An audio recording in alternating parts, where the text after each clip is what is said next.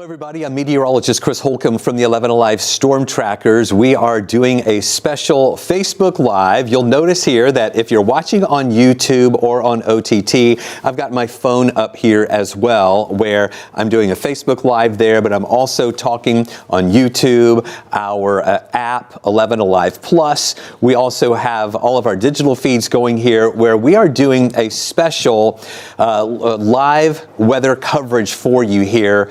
This is at 9 o'clock on Monday night as we are tracking rain that is going to be moving our way. It's already moving in.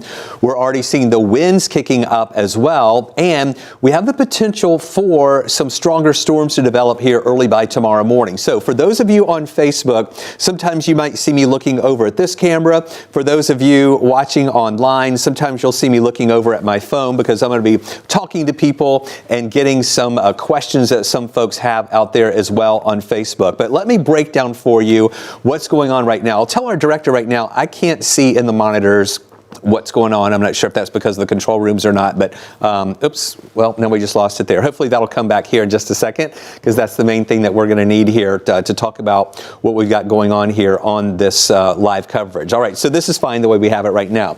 So look at the rain that's moving through our area right now. This started off as light rain coming in from the south and west. As I put this into motion here, you can see how all of that rain has been moving in from the south and also to the west of us.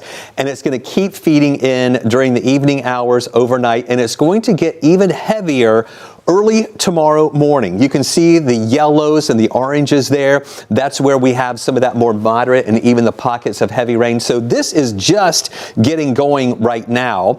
And it's going to continue feeding through our area during the nighttime hours tonight. And then that stronger activity is going to be moving in tomorrow. You can see as I widen out a little bit more, and those of you on Facebook, you see that behind me here as well. And look where we have severe thunderstorms and even tornado watches taking place right now. This is down along the Texas and Louisiana coastline, as well as including the New Orleans area that goes into the southern parts of Mississippi as well.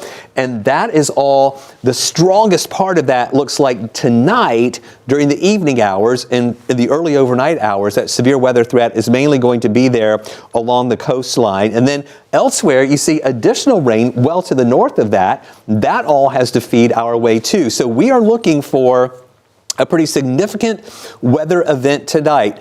Not necessarily because of the severe weather threat, but because of all of the impacts that we have with it, with wind, with the heavy rain and the flood risk, as well as that severe weather threat early tomorrow morning. So let's break all of those down for you. This is what we're going to be watching out there. Number one, the rain risk. We're talking about 2 to 3 inches of rain possible here. And there's going to be even spots that pick up more than that. Maybe localized areas picking up about 4 inches of rain.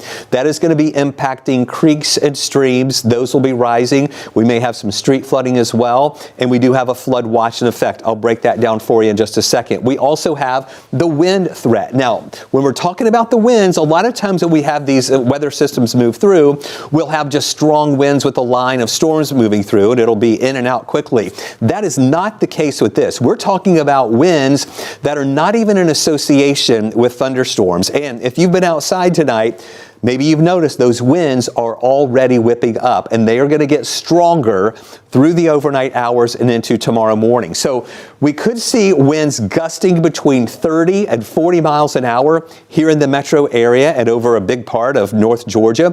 But in northeast Georgia, those winds are going to be even stronger. We're talking about 50-mile-an-hour wind gusts in parts of northeast Georgia, and we could see some tree limbs come down or some trees come down. That could cause some power outages as well. So I want you to be aware of that during the overnight hours. And then the storm threat, the severe weather threat, that is going to be mainly tomorrow morning, let's say between 4 and 8 o'clock in the morning. That's when things are going to be a little more active here as this line of storms moves through. That's the part that has the severe weather threat. But we think that the bigger chances or higher chances for tornadoes and a more widespread severe weather event will be down in central and also South Georgia. I'm going to break that down for you as well. So let's talk first about the wind. Notice these counties up in North Georgia that are in more of that orange color. That's where we have a high wind warning that is in effect. And that's what I was talking about a little bit earlier, where we have winds that could be around gusting to 50 miles an hour. Elsewhere, around the rest of the area, northwest Georgia, metro Atlanta, down on the south side as well, we have a wind advisory in effect. We're talking about sustained winds, 20 to 25 miles an hour. We'll have some gusts between 30 and 40 mile an hour wind gusts through the overnight hours and into tomorrow morning. And again, we could have some sporadic outages in the metro area too. Here's a look at what we're watching with those stronger winds. Now, again, these are wind gusts that we're going to be looking at here. Maybe 45 mile an hour wind gusts in the Blairsville area. That's even in this hour. We're already seeing the winds whipping up in those areas right now. And then you can see here where we have 29 mile an hour wind gusts. That's when we get to about 2 o'clock in the morning. 36 mile an hour wind gusts in Blairsville overnight. 38 mile an hour wind gust in the Dalton area. Continuing on through the overnight hours tomorrow morning. Let me move. You can see the time frame. I'm sorry for those of you on Facebook. You can't see that there.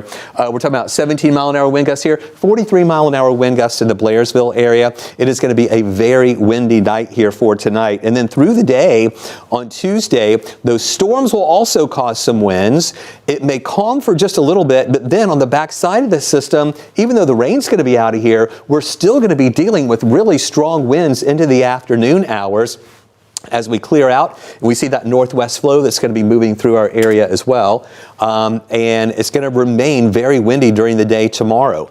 I'm seeing some of you on Facebook Live talk about some school closings and delays that we have. I'm not going to list those here. And if you tell me you hear that a school is closed in your area, I'm not going to report that until it's confirmed by our newsroom. But if you are looking for those school closings or school delays, we have the entire list on our website at 11alive.com. All right, so that's a look at the wind. Now let's talk about the severe weather threat. I showed you just a few moments ago on radar where we have those storms in Texas, Louisiana, southern Mississippi, where we have those tornado watches in effect. Really, it's the Gulf Coast region overnight tonight where we have the area most likely for severe storms and the potential for tornadoes. That's where we have a level 3 of 5 risk for severe storms. We're not expecting that this evening in Georgia for it to be severe, or really during most of the overnight hours. It's going to be early tomorrow morning when we see that severe weather risk here in our area. Now, I want you to see here, the level 1 risk is pretty much along I-85 and south of 85. That's a level 1 of 5 risk. Then, just to the south and east of that, there's a level 2 of 5 risk, and then just below that, there's a level 3 of 5 risk. There's a really fine line between who's not going to get severe weather at all and who's going to get a lot of severe weather, between that level, between no severe weather to the north and west of us to the level 1, 2, and 3. So it's going to get very active, again, mainly tomorrow morning when that severe weather threat is going to be a little more likely for those areas to the south of us. We're also watching all the rain coming through. This is going to be a significant rainfall event. Melissa Nord looked up some of the totals. We may see the largest 24-hour rain total tomorrow than we've seen in a long time, all right, depending on how much rain that we get out of that. And we'll be reporting on that when we start getting some totals in here. But with the amount of rain that we're getting, there is the potential that we could see some flooding in some spots. We've got a flood watch in effect for tonight through Tuesday evening. Even though the rain will be ending tomorrow, most likely around lunchtime or so, there will still be some water rising. So that's why we have to watch for any flooding there. We're talking rain totals, maybe between 3 and 4 inches in many spots. That's going to cause some issues on some rivers and some streams and creeks that'll be most impacted. There is the potential, though, for some street flooding, too. Low-lying areas that are flood-prone whenever you have a lot of rain, you'll need to watch for some rising water, again, overnight tonight and into tomorrow. So here is the timeline of what we're watching. We already have the rain moving through. Now, again, this weather special that I'm doing right now is also going to be taped. It'll be played at different times. But this is what I'm showing you. This is based on about 10 minutes after 9 on Monday night. We've got the rain moving through our area now, and it doesn't let up during the overnight hours. It is going to be pretty active here, a good coverage of rain through those overnight hours. This is the view at 3 o'clock. For those of you on Facebook, I'll move my head so you can kind of see the timeline right here, where at 3 o'clock in the morning. And then here we go. Between 4 and 8 in the morning is when it's most active for us here in Metro Atlanta. This is the band of rain that will be heaviest in the early morning hours tomorrow. This is at 7 o'clock in the morning. This is also the part of the system that is most likely going to have some thunder and lightning with it. Again, we think on the south side, that's where it's going to be strongest with that potential for some stronger storms. Once we get to the 9 a.m. hour, that line of strongest storms will be stretching from Athens down toward Lake Oconee through parts of Putnam County, down toward Milledgeville and Macon. That's the most active part of the system. We'll still have some rain back behind that here in Atlanta at the 9 o'clock hour here on Tuesday morning, but it is going to start letting up. And then by lunchtime, the back edge of the rain is pushing through Atlanta. That exits through the afternoon, but we're not finished yet with the weather threats out there, because with this cold air coming in, it's going to wring out any leftover moisture in the atmosphere. And then check this out. We might see some snow flurries here late on Tuesday evening, kind of squeezing out of those clouds. We don't think it's going to be causing any major issues or a lot of accumulations in North Georgia,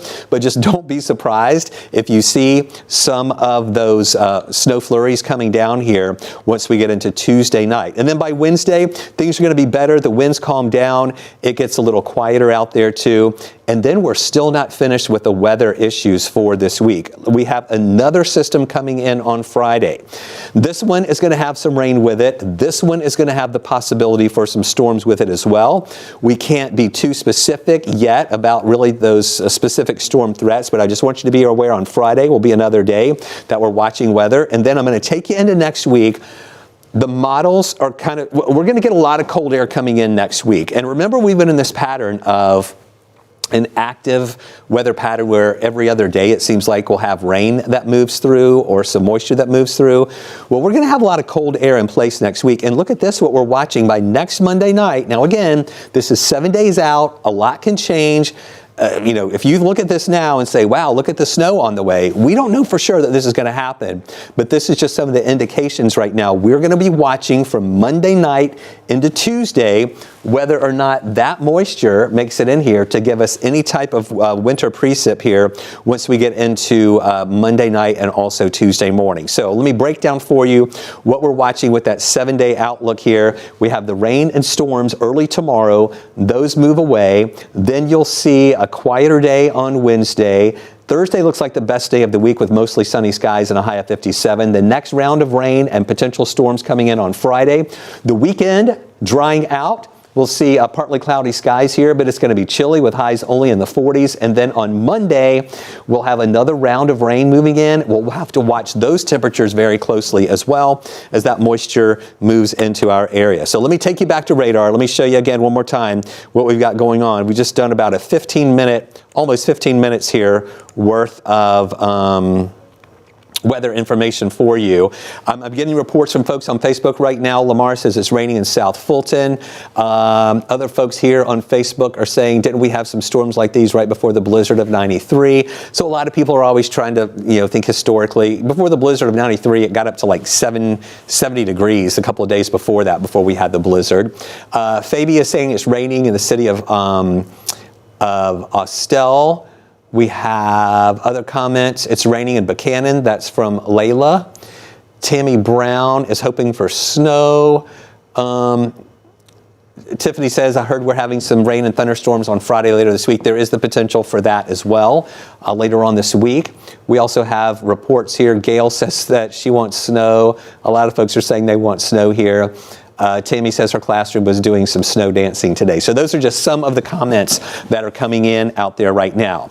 Now I'm going to go for about 45 more seconds here before we wrap it up there at 9:15, but I just want you to know we're watching this system very closely. Chesley McNeil's going to be in with you early tomorrow morning here on 11 Alive. Melissa Nord will be joining him for any special coverage that is needed during the morning, if that is needed here. But the main things I want you to watch for will be the wind whipping up. We may have some power outages. We can have some tree limbs and power lines down, even not involved in any thunderstorms. We've got the heavy rain with the flood watch in effect, and then we also have the wind advisory in effect with those winds out there and a lot of rain moving through, and just watching the potential for some of those stronger storms tomorrow morning. So keep it with us here from the 11 Alive Storm Trackers. We'll have more for you throughout the night tonight and throughout the day tomorrow. Thanks for watching this special coverage on 11 Alive.